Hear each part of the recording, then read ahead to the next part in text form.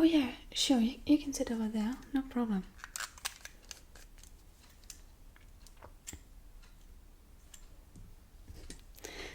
My name is Gwendolyn Coil from Ravenclaw, and what's your name? Nice to meet you. What are you studying for? Okay, for magical creatures, alright. Well, for me this is kind of like a major study night. I'm studying for transfiguration, for defense against the dark arts, and also, and that's the hardest part, history of magic. Yeah, Professor Binz teaches that one. Oh, you haven't met him yet? Oh, you're missing out. He's a ghost. Yeah.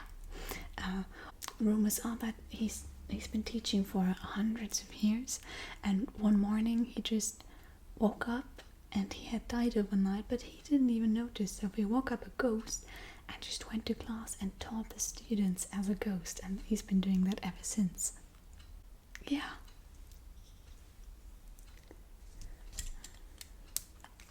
Yeah, well, transfiguration and defense against the dark arts are okay, but I'm struggling a little bit with history of magic. Yeah, it's okay.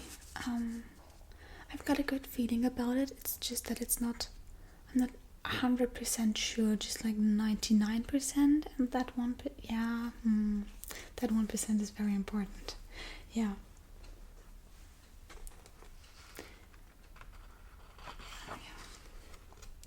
Well, history of magic tends to be a little bit boring, but I chose it anyways because I thought that it might be interesting to know more about magic, because I'm Muggle born, so I never knew much about wizarding world, and I think even though it's not really interestingly taught to us, I think that it's still interesting from the subject, so I like to read the book just in my free time and get familiar with the magic world. All you guys who have witches and wizards as parents are so lucky you don't even know it. Yeah. Oh, wait. I have to write that one down. Oh yeah.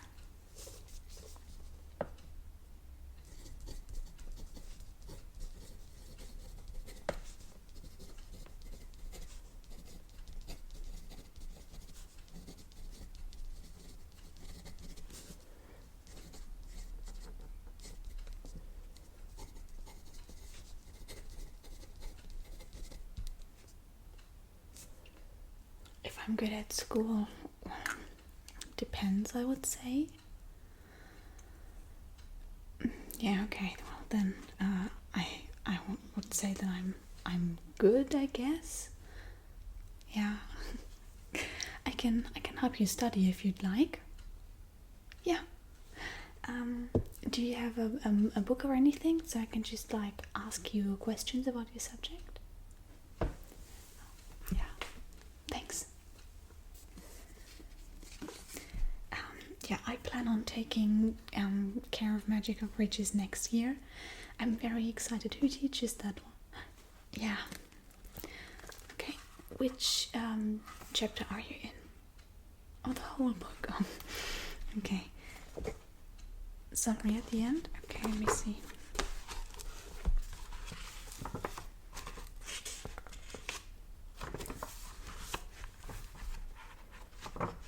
Yeah, that looks like the summary.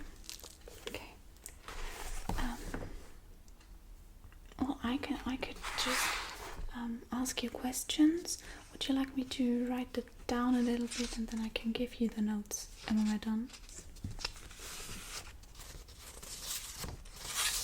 Okay. So I'm just gonna ask you questions about your subject, write down a little bit about it, and you try to answer as best as you can. Okay. The first question I would like to ask you is, How do you approach a hippogriff?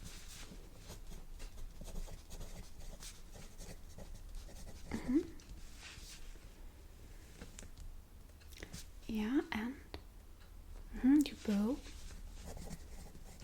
and exactly, yeah. Wait for the hippogriff to take the first step.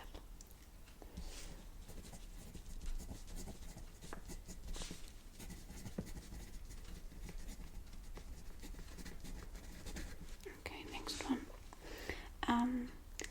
What do flower worms eat?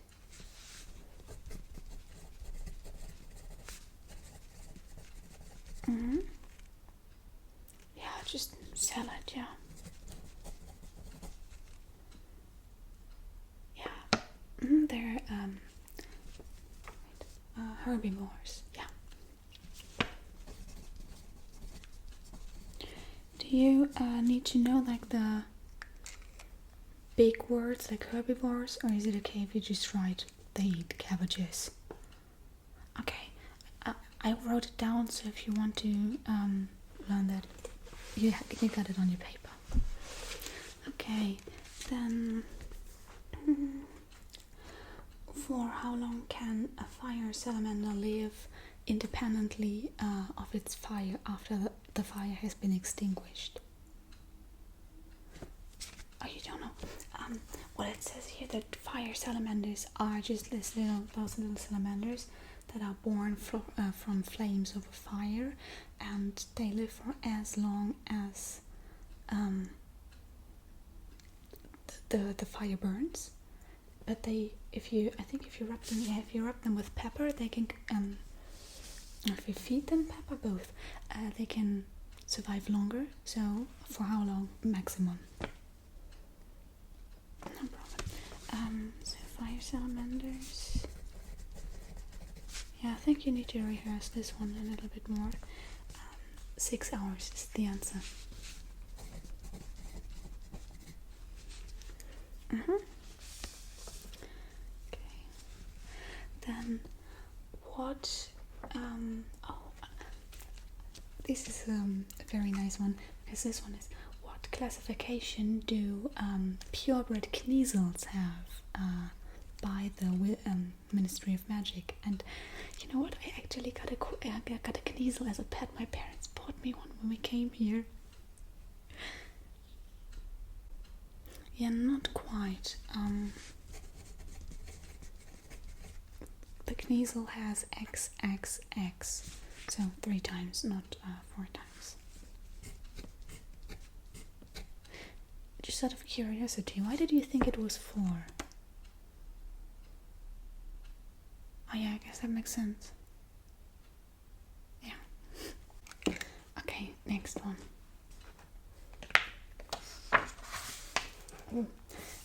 I suppose you learned about unicorns?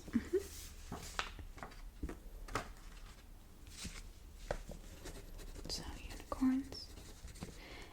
And my question, or rather my task, is for you to describe the changes of fur, so the color of the fur, and the changes in that unicorns go through throughout their lives.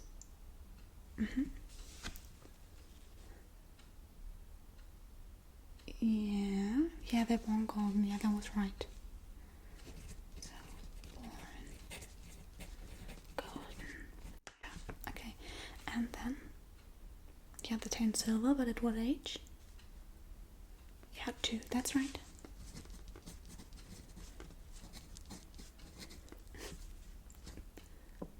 You like unicorns? I can tell. You know a lot about them.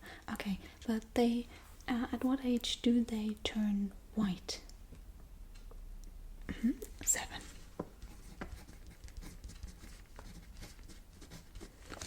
Okay, it's not really the fur, but what about their hooves? Yeah, that's right. The hooves stay gold.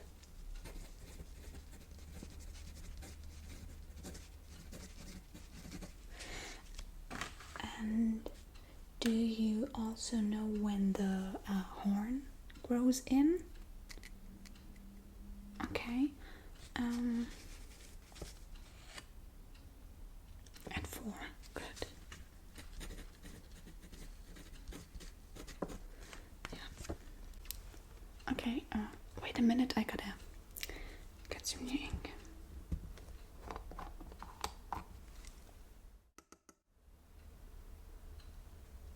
Okay, there we go.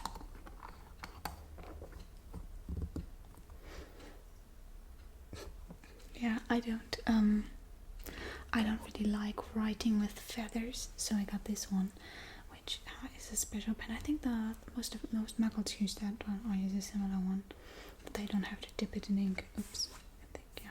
Okay, so we had unicorns. The next one is about kestrels. Those are one of my favorite animals, but they can't be seen by anyone, or by everyone. Can you tell me who is able to see kestrels? Yeah, exactly. Those who have witnessed death. Perfect. Can you see them? Yeah, I don't know why I got so excited about that. I'm sorry for your loss, I guess. If I may ask who? Oh yeah, I'm very sorry. Well, I can't see them. I've only seen them on pictures. I would love to see them in real life someday, but I don't think, it doesn't have to happen. If that means I have to lose someone close to me or just see someone die, it doesn't have to happen. Oh, that got dark. Next question. What are the differences between a normal hedgehog and a canarl? Yeah, some of them are a little bit boring, but I don't think this is one of them.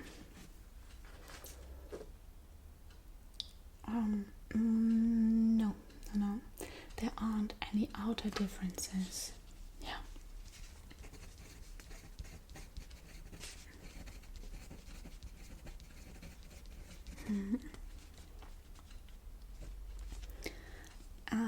But there is one difference. Can you tell me that? No problem.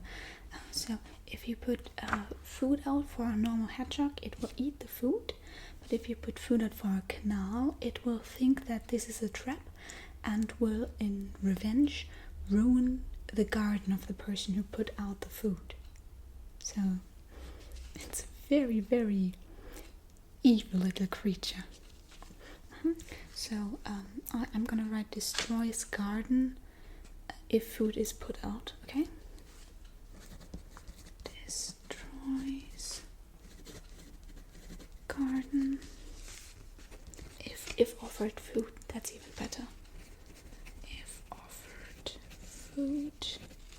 And then a little side note, thinks it's a trap.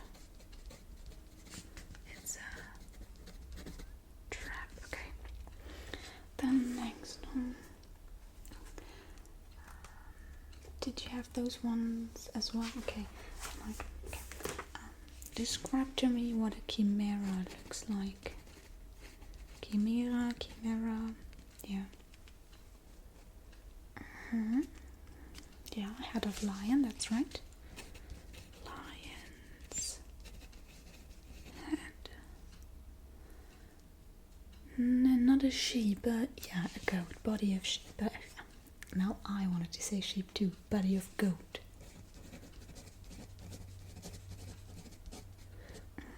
And the tail. Yeah, of a dragon.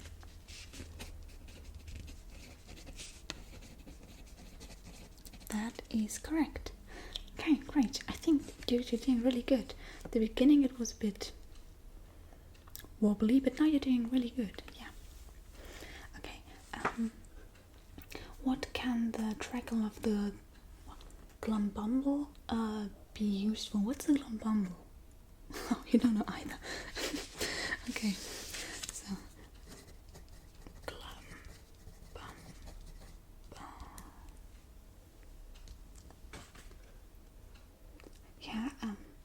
it says here for antidotes against hysteria. The hysteria that is caused by eating elaiotzi leaves. What's an elaiotzi?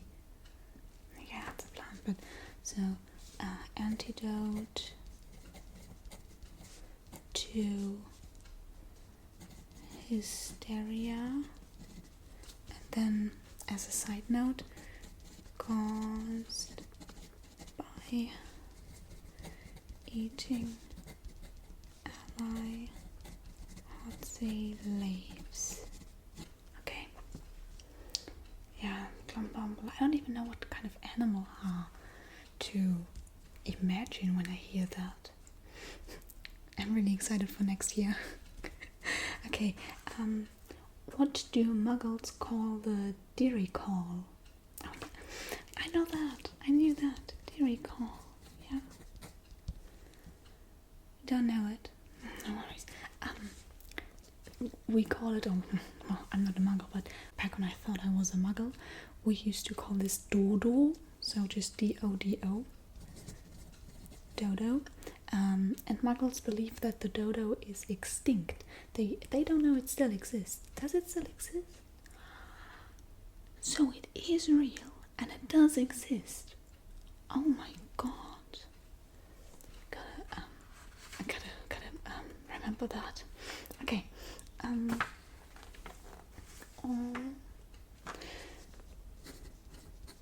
Do you play Quidditch?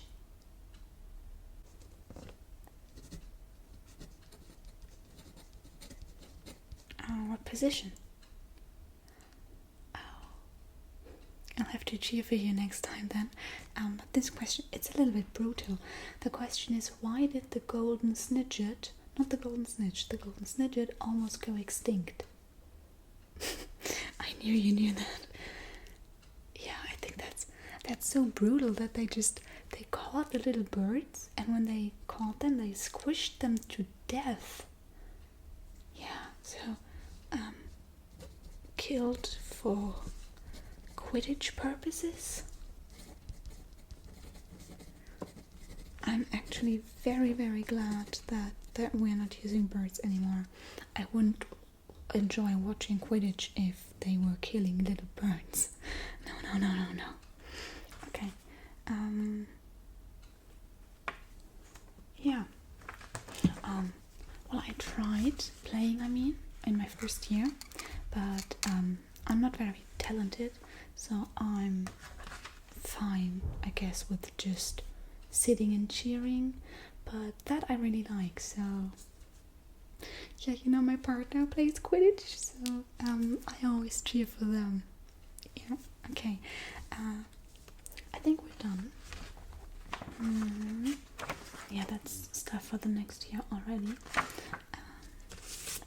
Here's your paper. I wrote down everything that we talked about, so I'd say I'll just give that to you. My name? Oh, sure.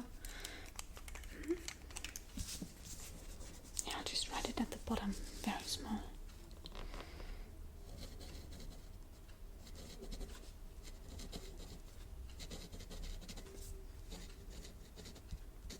Okay.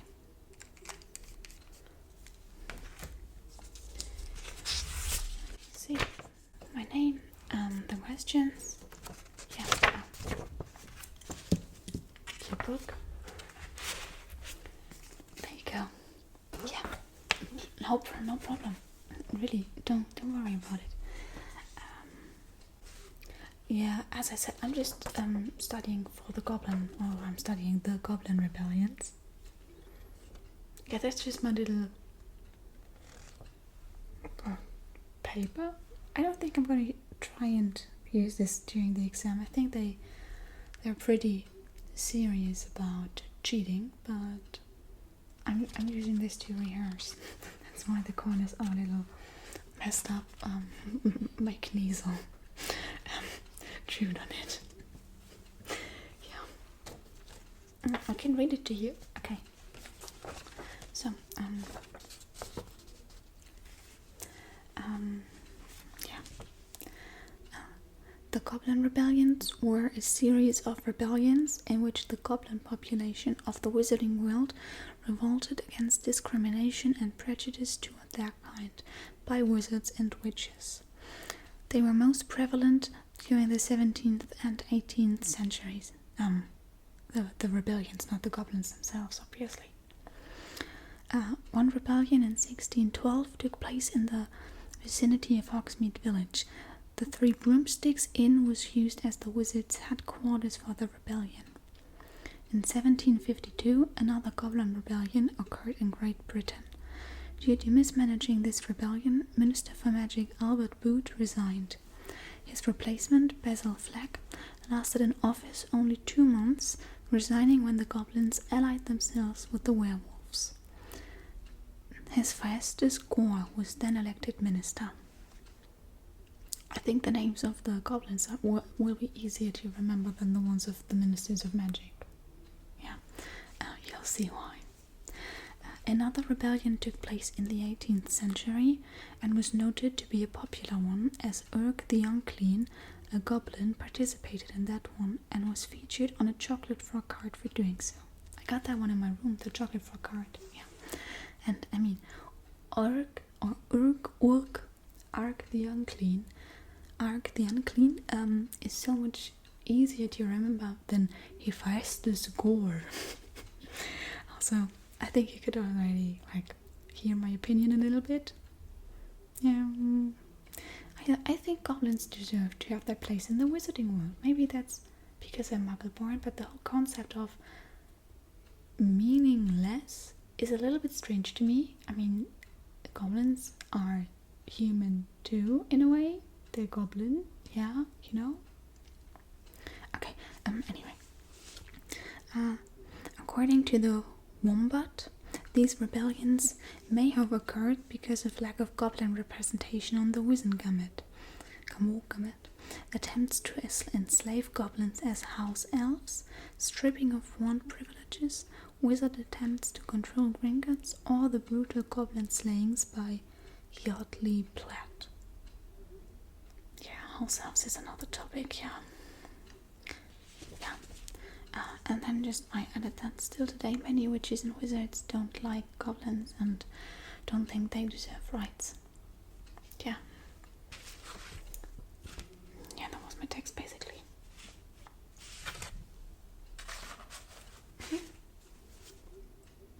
Yeah, I think it helped me too.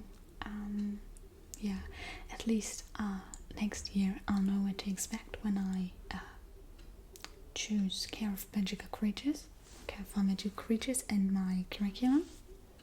Yeah, okay. It was very nice to study with you. Yeah. Okay, I'll probably be here for a little bit, and tomorrow, and the day after that, and the day after that. So if you wanna, I don't know, study again, study together again, you can just come here. I'll be here. Yeah. Okay.